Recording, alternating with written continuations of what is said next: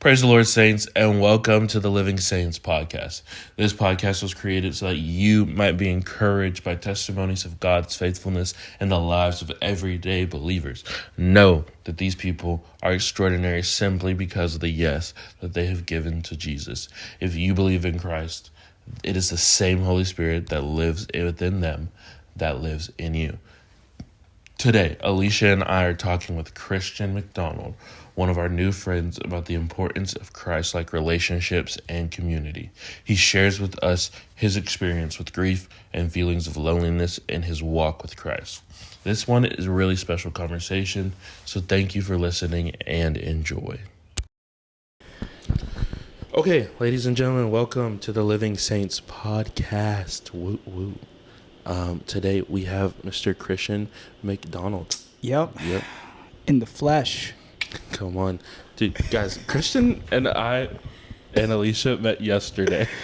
Okay. Yeah. Oh my gosh, that was yesterday. That was yesterday. Like a week ago. All right.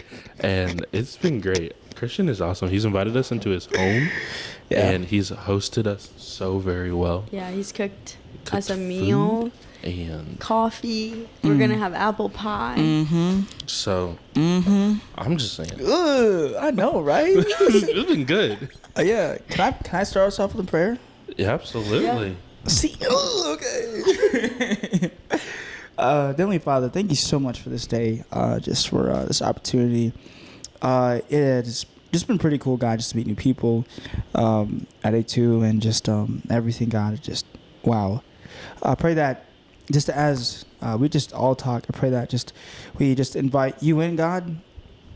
And I know we're just all here because of somebody else just shared the word with us. Somebody just told us that Jesus loved us and that his word was for us, God.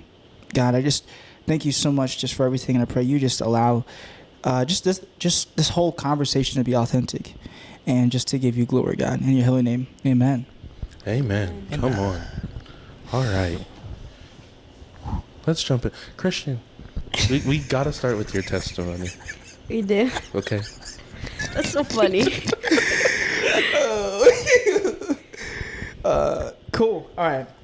So, Christian, tell us how you came to know Jesus. how I came to know Jesus. Well, just growing up in church, I kind of knew everything. Not everything, but just knowing all the right words to say to everybody. Of seeing, just kind of growing up, like everybody just, it was like people got baptized, there was a teens ministry. Like we had all these things, teen ministry, college ministry, and singles ministry. And so, I always saw people like get baptized and all that and, study the Bible. And then growing up as a teen, you saw a lot of teens just kind of studying the Bible with other people. And, it was always like, oh, are you going to be the next? Like, it was almost like pressure to get to know Jesus in a sense, like it's, I'm just going to, you're almost like kind of doing things to please your parents because they're in leadership and whatever. And so you're kind of just doing whatever, but it really wasn't from the heart. And it was kind of funny because how God had worked over my heart over the years. And so I would really say just everything started in middle school.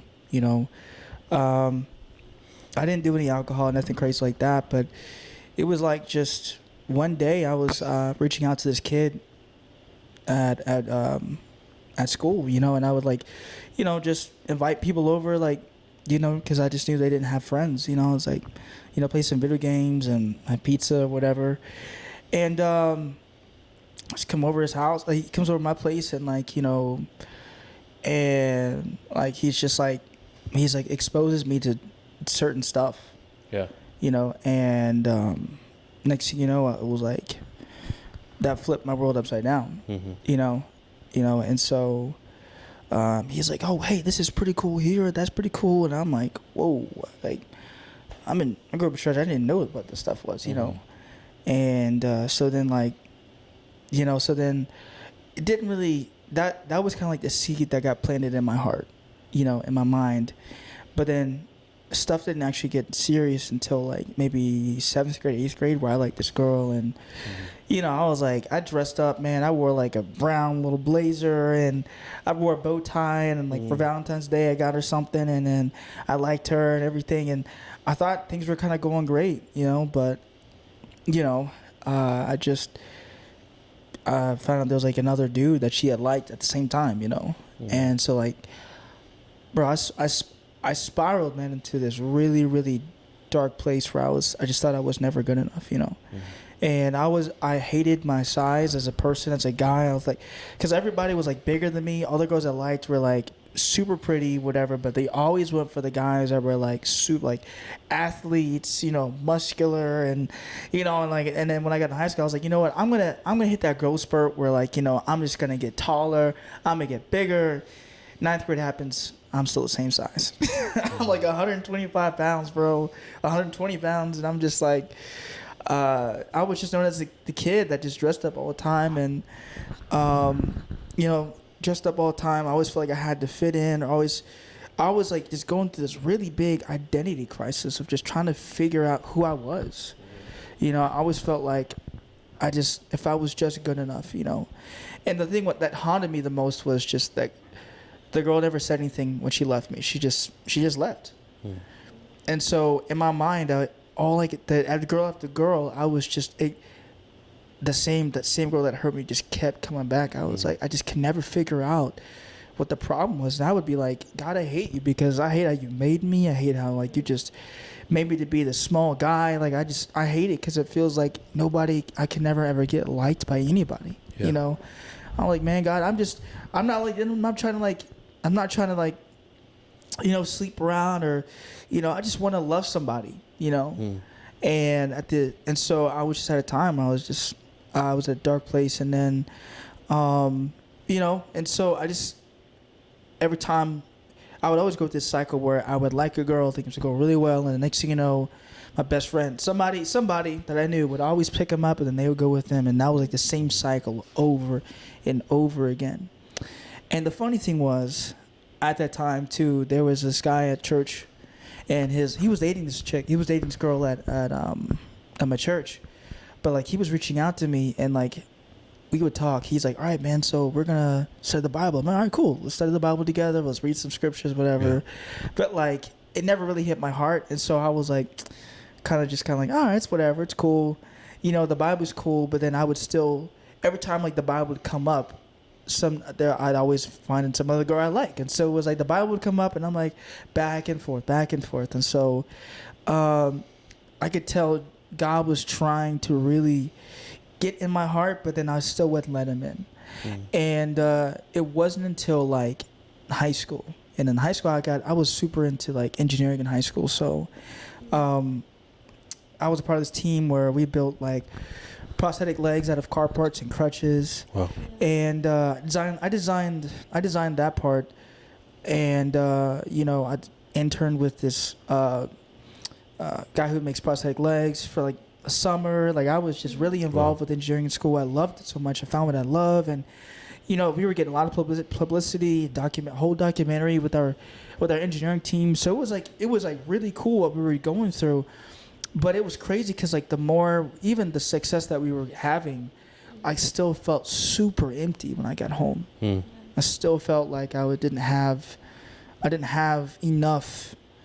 And so it wasn't until like I graduated high school, and I remember just like I remember just going out, and I was like, I felt lost. Just, you know, it's crazy because we came back from the White House with my teacher. You know, I met Bill Nye, I met Will I Am. Hey. That was cool, bro. Science guy. You know, hey.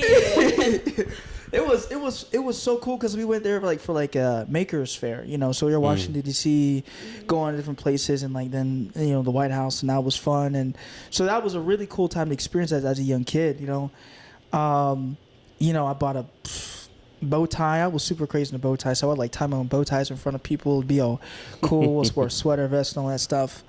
Wearing one sweater vest.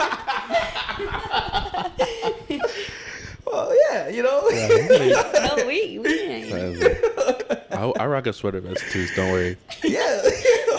do not, but that's different. What you trying to say? Exactly. You could rock one. You could. Yeah. Okay, anyway. Yeah. So then you met Jesus. So what happened was, like, I just came back from Honduras and, like, from all the stuff that we were doing for the engineering, and then, like,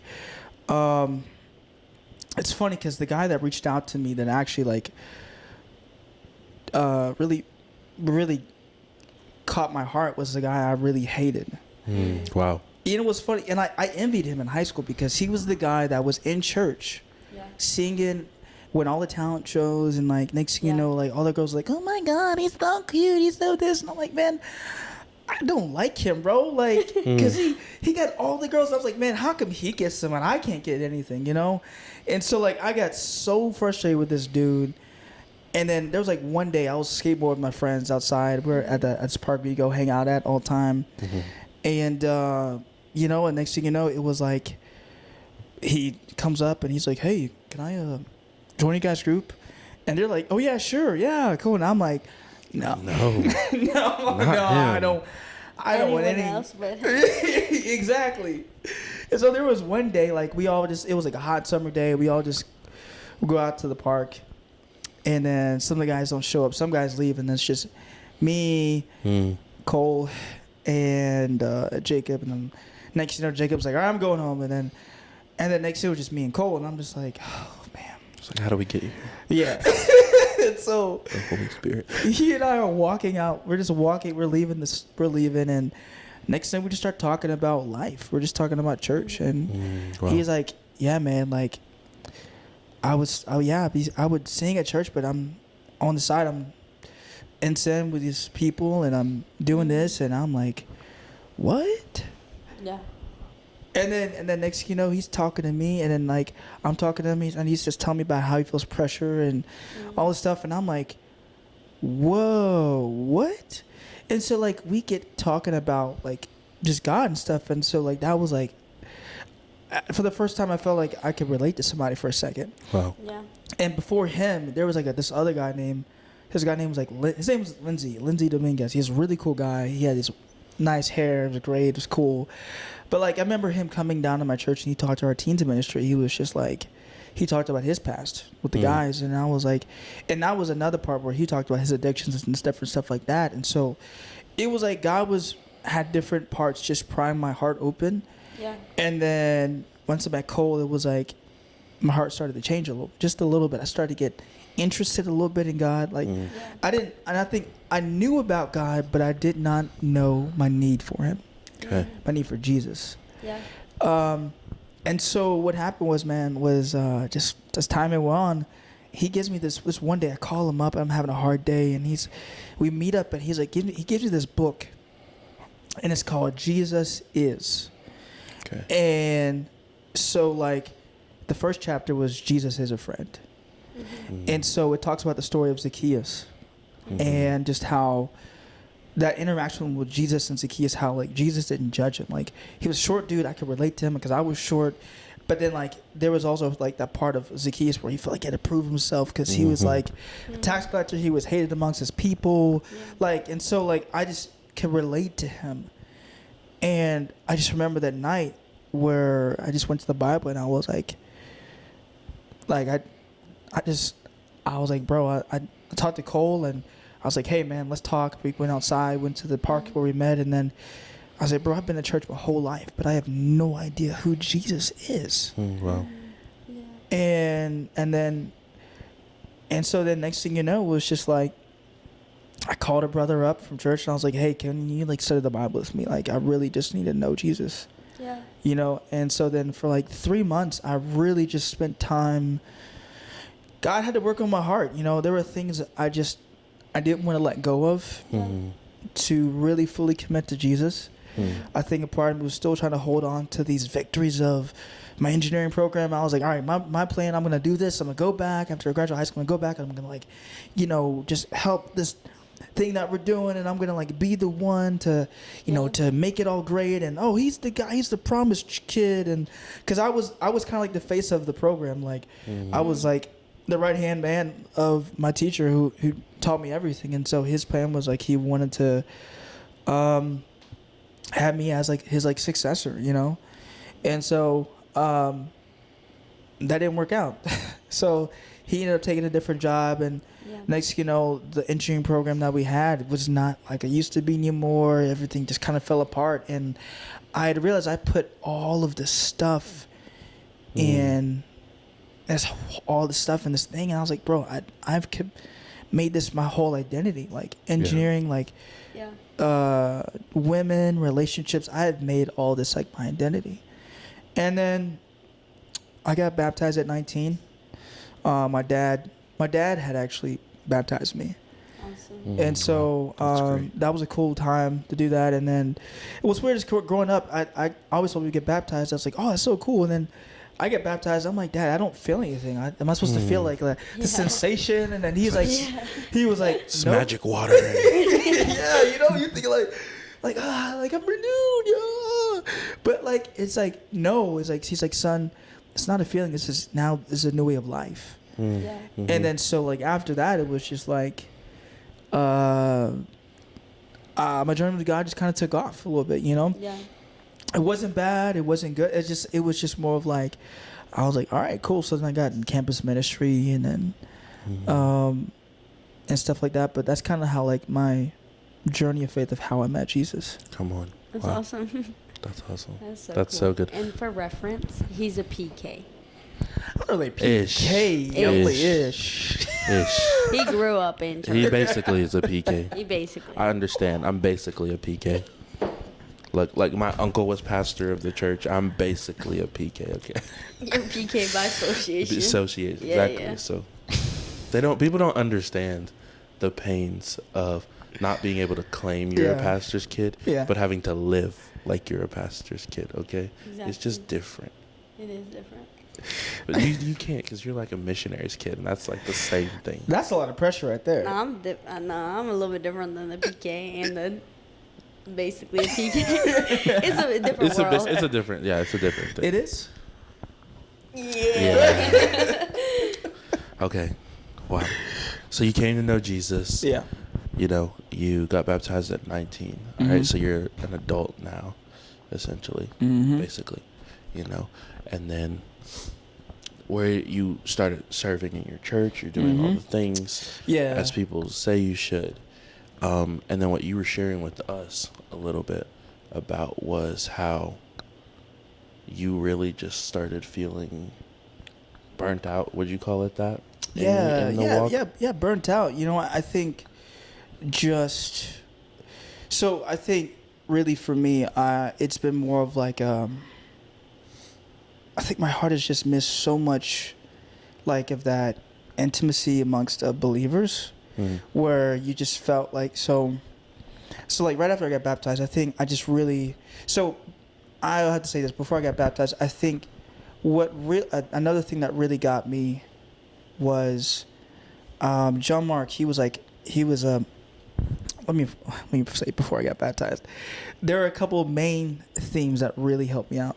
So John Mark, once I had got to that point where I was like ready to give up on like stuff, you know, John Mark had talked to me. He's like, all right, so how you doing? How you feeling? And I was like, hey man, so all these times, bro, you have been talking, like, because every time he would check in on me, I would always talk to him like, hey man, there's this new girl I really like. It's gonna go really well, you know. And after the third girl, it did not work out, and then he was like, all right, so what's your checkup, bro? How we doing? He's like, I'm great.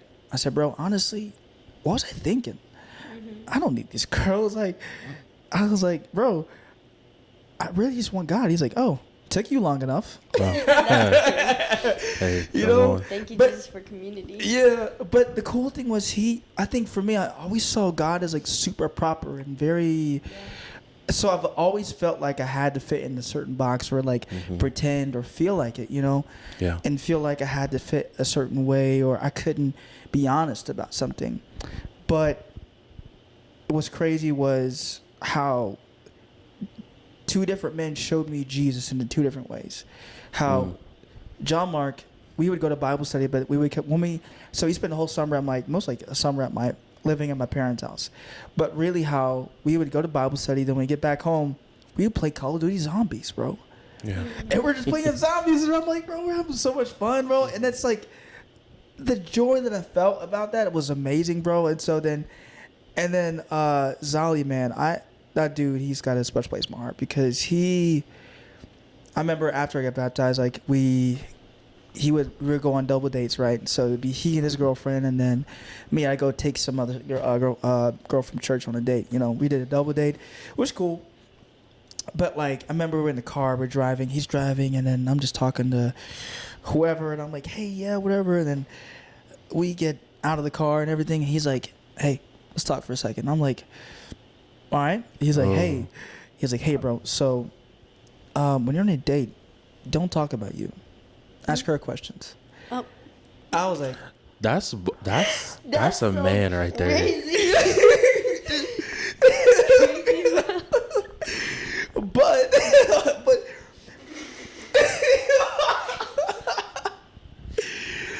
what? But it taught me something, you know. It did. That's real. It taught me something as a man. It taught me something as like how a Christian man should be. Like Zali taught me he literally taught me how to be a man. Like I know my dad taught me, but he taught me how to be like a really spiritual man. Yeah. As a young, I needed that at a young age because I was craving like to be the certain identity or whatever. But he taught me so much, and he just spent so much time. He would sacrifice, like drive like an hour away or 45 minutes just to come and like pick me up.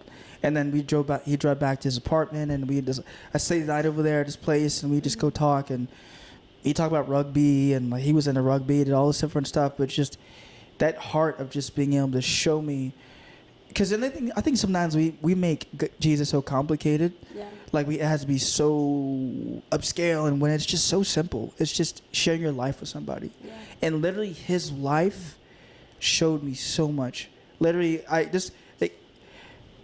he was hosting a party for his girlfriend, was wife now at the time, his wife right now, but just how like I saw him, he didn't even tell me anything. I just watched him put the whole thing together. Like he honored her instead of like, you know, relationships sometimes we can take from people. Yeah. He uplifted his wife. He uplifted her and honored her.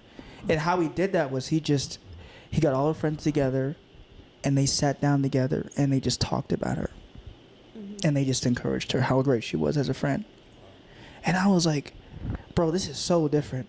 Yeah. It's just totally different than I had ever like seen before, you know, because sometimes we think dating is we think it in a very selfish way of what we can gain or like wanting to have like the perfect marriage or whatever, or dating relationship, whatever. But, you know, so he taught me, he showed me that, you know, and I was like, wow, okay. All right. So like, you know, so he set the standard for me. Yeah. So then like, you know, yeah. And so now as I've gotten older, like I think there's just been a lot of change and a lot of like monumental parts of my life, of my walk with faith have happened like in my, you know, like campus days where I was in college and stuff like that. They were like super like monumental for me because just going on road trips with them and like just us singing songs about God and just and having a blast, you know, that community just to sing songs like literally like in the Bible, like it talks about, you know, singing hymns to one another and all those things. Like we were living that out and just that place of just home. It felt so like home, you know, and the deep relationships, the spiritual relationship you built with all those brothers and sisters. So lately, I think for the past couple of years, it's been more of like I would say like a mourning of that because I miss it a lot. Mm-hmm. And I feel like that is just always been my thing. I was like, I love to be around people. I love to I'm just an extroverted kind of person. And so it's been a season of like feeling like you're alone in this spiritual walk. Like you got to figure out yourself. Yeah. When it's not supposed to be that way, you know? Yeah. And so it's been like been a place where like you feel like you're spiritually burnt out and you're trying to make it through the day. You are just doing the bare minimum, but like you're walking through the desert. Yeah, you're walking alone through a desert, bro. So yeah, you know, and so that's where I've been, you know, and so I feel like now I'm kind of like I'm starting to try to find my community.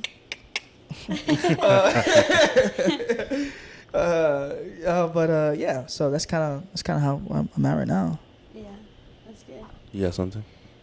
So, what I'm kind of hearing you say from like everything that you said was that relationships were super pivotal to like coming to know the Lord. Like, yes, you grew up in church and stuff, but it was the people who reached out to you directly and were like, hey, and just shared in vulnerability, like, hey, I'm struggling through this, or like invited you in, that really shifted your perspective on God being this like proper, structured guy to, he can be a friend. So would you say that's like a good summary of how you can... I've always seen, because I think for me, I always had that fear of like, oh my God, I sinned today. God, like, God's gonna strike me down, you know? You know, just growing up in church. Yeah, like, what does that mean? Yeah, I mean, I do, but like, what does that mean? Yeah. Never mind. Yeah. Just. Yeah, that's exactly, you know? Because, I mean, past couple of years, it's been like, oh, man, God, I'm having these crazy thoughts about you, about how you're just terrible. And I'm like, but what if I tell somebody in the church about this? Are they going to be like, are they going to love me? Yeah. Or, like, because the times when I was going through my grieving process of losing my sister, I would just be honest with you, oh, man, I'm mad at God. Well, why are you mad at God? You should be mad at God. God should be guiding you right now. You know, you should be leaning on Him. And I'm just like, bro, you don't understand my pain. You don't. You're not hearing me out. You know, so I kind of like. It was almost like I felt like for years I was like this water faucet, right, where I was a waterfall with God, just open, completely going. My journals, I could tell my journals, I was just real. Hey God, today's terrible. Man, I had this really terrible thought about this person, or like, these are my thoughts today, and then just how I allowed Him to move. And then recently, it's just been, past couple of years, it just felt like, hey God, what's up? What's cool? And I open the Bible up, and it's like, I don't feel anything. Yeah, almost like apathy. Yeah, so you're just kind of like, and then you're like, what happened? Like, I used to be so open, but you're just like, I'm just so numb. You know? Yeah. Would you say that happened because of, like, everything that happened with your family and your sister passing? Yeah, I feel like that, yeah. What did it look like? Okay, I was going to ask you this earlier, but I was going to save it. I was going to ask you, what did it look like to walk through such grief and have a relationship with the Lord? Because in grief, I feel like people either can feel really big emotions towards the Lord, either like, hey, Lord, I'm depending on you, or I'm really angry at why this happened. Yeah. Can you walk us through if you're comfortable? Oh, like I'm totally open about it. Yeah. So I didn't have I feel like my parents were more like, I'm depending on you, Lord. And I was the complete opposite. I was like, I'm not depending on you, Lord. I think for me, so Jeremy Camp is a very famous like Christian singer. So like my family, we watched a movie about his story, about how he married his first wife, and then next thing you know, like she has cancer, like, and then she dies, and you're like, wait, what? Like that's a story? Like, and then that's how it ends? Yeah. Then she dies, and then next thing you know, he gets remarried, you know? But just his story, and like, bro, I wept because I felt like I was like, bro, that is literally my story, like with my sister. Like, things are going great, and then boom, she's dead, but nothing makes any sense. Nothing makes sense. And it just felt like I was just running from God. I was so mad at Him. I was so mad, like, all the time, just angry and upset and frustrated. And I think how it looked like for me, it was more like my journaling stopped journaling. I just shut myself off emotionally. Went into a dark place. You know, people were like, hey, you should go see a therapist. I was like, you know, I just left UAB. So then I couldn't see my old therapist that I had built a really good relationship with. So then I felt like I was lost trying to find a new therapist, and I found with new therapists, and then you're trying to figure all this stuff out. And so it felt like I didn't know what to do. I felt stuck. I felt like, and then I think too, at the same time, a month later, like maybe as I was in my dating relationship, like maybe like a month later, one of our friends had got like engaged, and so I felt like this pressure of like, well, I guess I can't grieve. Or I gotta figure out. I gotta figure out this I whole. gotta celebrate with them. Yeah, I gotta figure out like how to get married soon. And then the next I felt like, well, dang, I gotta get back in school. Yeah. And so like I'm pushing through all this stuff, and it's like stuffing and stuffing and stuffing and stuffing and stuffing and stuffing, and next thing you know, like I just lose it. Yeah. And I think I lost that control when I think after my breakup or something, I just kind of went off, crazy. I was like, and I think too, and then I just, there were times where people tried to correct me and I was just so aggressive and I was just angry. And then, so that was kind of like how my grief was. And then I think too, when I stopped journaling, I picked up the guitar in 2020 during COVID. And then I was like, all right, let me just try this out. And then that's where the guitar came in. And then I started learning guitar. And then I would just come home from work, and just practice a song, learn worship songs and stuff like that. And then that's how I learned the guitar, was through the grief. That's honestly. That's awesome. Wow. So would you say like that's how you and the Lord kind of like climbed out of the grief? Yeah. Was in that, What did in the it? music? Yeah. What did it look like to then go from a place of like grieving and just being like, Lord, I'm so angry at you. I don't even talk to you. Like everything's going wrong. I'm not even going to grieve. Like all this stuff, to then like turning back to the Lord and climbing out of this like almost what felt like a pit, and like out of like the sin and the things that turned you away from the Lord. What did that process look like? Yeah. So that looked like, So for me, it was, start off, I'd say like it's the being angry. It more looked like I was just running to sin constantly, running to sin, to just not think about anything, or just to kind of just do whatever, to be rebellious. Honestly, that's where it was. And just, lying to people about certain things, but then going to church and like kind of being like, cool, I'm fine, whatever. Yeah. And like that's kind of how the start was. I was just kind of being really lukewarm and just not being honest. Yeah. And then I think I didn't really hit that point until after I think just kind of what was it? I think I would have little moments with my mom and dad where they're like, I would be amazed by them, because how do you live in this house and your daughter's not here anymore? How do you pray to the Lord and you're just still faithful to me? You're still loving people even when you're struggling. And it was scary because I think too, at the time as I was grieving, my parents were grieving, and I think too, the holidays were so weird. They were different. They were awkward. Like our birthday was hard. Our first birthday without my sister, my mom and dad were like, how do we give to our sons when we're hurting? Yeah. Like our daughter's not here. Like we can't, how do we give? And so there was a part where as a family, we grew closer together in our grief. We would come together every so often to talk about our grief together. We did counseling together for like maybe about a month or two. And then my parents started like having like, and then like getting to that grief too. Oh my goodness. So like, can I still explain more about everything? Or yeah, okay, all right. Yeah, okay. Yeah. So Go for it. I would say like when she died, man, like it was heart-wrenching. And then I just remember talking to my twin brother, I'm like, dude, we have to bury Jada. We have to bury her. Like it didn't make any sense to me, And I just remember like the day of the funeral, it felt like it was going so fast. Like we were in that limousine. I'm like, bro, this is crazy. We're in a limousine. We have to bury our sister. I was like, our baby sister at 19. She died at 19. And I was like, bro, she didn't even graduate high school. Wow. And then I was just so sad. I'm like, oh, this is terrible. Like, and then I just remember just kind of like, I didn't know how to pick up the pieces. I didn't know where to start. I'm like, God, I don't know what to do. I'm stuck.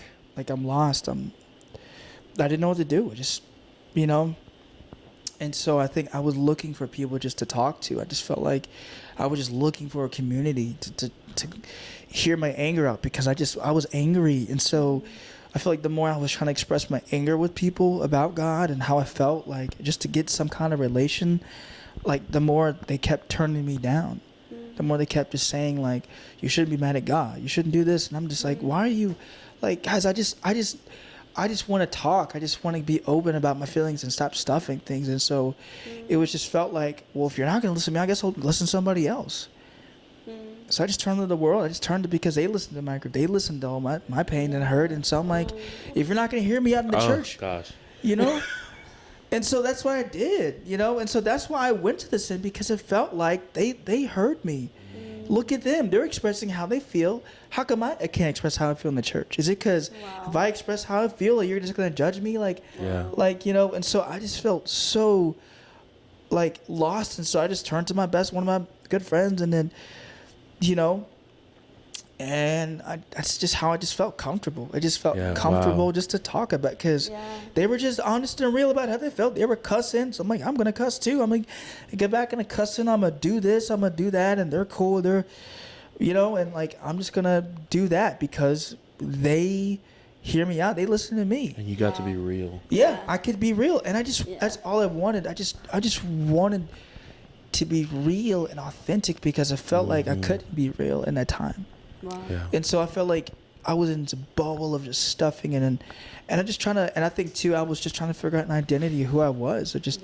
I didn't know how to express things. Mom and dad is trying to express, I think they're trying to figure out their own identity as parents, because they're no longer caretakers of my little sister. My mom would take my sister to school. She'd be at school with her. Mom's trying to figure it out. Dad's trying to figure stuff out. And there would be times where we would have dinner as family, and my dad would just sit there with his hands like this, and he'd just be like this, and just start crying. Just cry. We would get up, and we'd just hug my dad. And then there were times where we would all cry. We'd all cry, and then there's times where we would all just kind of we didn't know how to feel, or, you know, and so it was heartbreaking. But I think the thing I love about my sister's funeral was there were over 400 people at her funeral. She had impacted so many people. And so before she even passed away, she went through her own dark stuff. She experienced some stuff at a young age. She went through some things that no young girl should ever have to experience, you know. And man, that was a hard time for her, and she just went through a lot. She had to get help from people, and then it was so crazy was how God met her. And I could tell her faith was genuine with God. I could tell, and just how she would write in her journal, and then she would go to church, and she went to church at Highlands. She was just so involved with God, and just how God changed her life, and then she was changing things, and she had started her own anime club at school, and she was doing stuff, and I was that's my little sister. And I did not realize how powerful my little sister was until she died. Until I actually went to her room and I saw her journals, and I was like, wow. If I could talk to her right now, she'd be like that little sister who's got, I probably wishes I spent more time with her. Because I think I was so busy with college and school that I just kind of was away from the family. So my older sister was always with her. So my older sister felt like I wasn't always there. And so there were times we'd be, in our grief, we'd be hurting each other, because she'd be she's like, well, you weren't there enough for Jada. Why weren't you there enough? Wow. Or you should have been there. And so I felt there were times I feel guilty. That I didn't know, that I not spend enough time with my sister, not do this enough time, and so all these, it's there's so much going on in our group as a family that we feel broken. And so as time has just went on, I've just been so impressed by my parents, because their faith has grown, and they're still serving people. They're still pouring out people. They're still doing it. I'm like, wow. Awesome. How are they still faithful to God? I don't get it. And so I think for me, I'm just they inspire me because of how they are now. Wow. And so what's been really I think where I've gotten now is I've just gotten to a point where I'm just like, God, I'm sick and tired of just going through the motions and stuffing stuff all the time. Yeah. And pretending like I'm okay. Yeah. Like last week, I was like, honestly, it was like, yeah, sometime last week, right? I was like, man, God, I feel alone and I'm stuck. And I would listen to music. I'm trying anything to avoid this feeling that I cannot like ignore. But like at some point, I was like, God, I'm so frustrated. Like I'm just mad, you know, Yeah. like. Why do I hate feeling like why I feel like I'm like in some kind of cage, or I'm like I feel like like I can't break out of this prison I've put myself in, you know?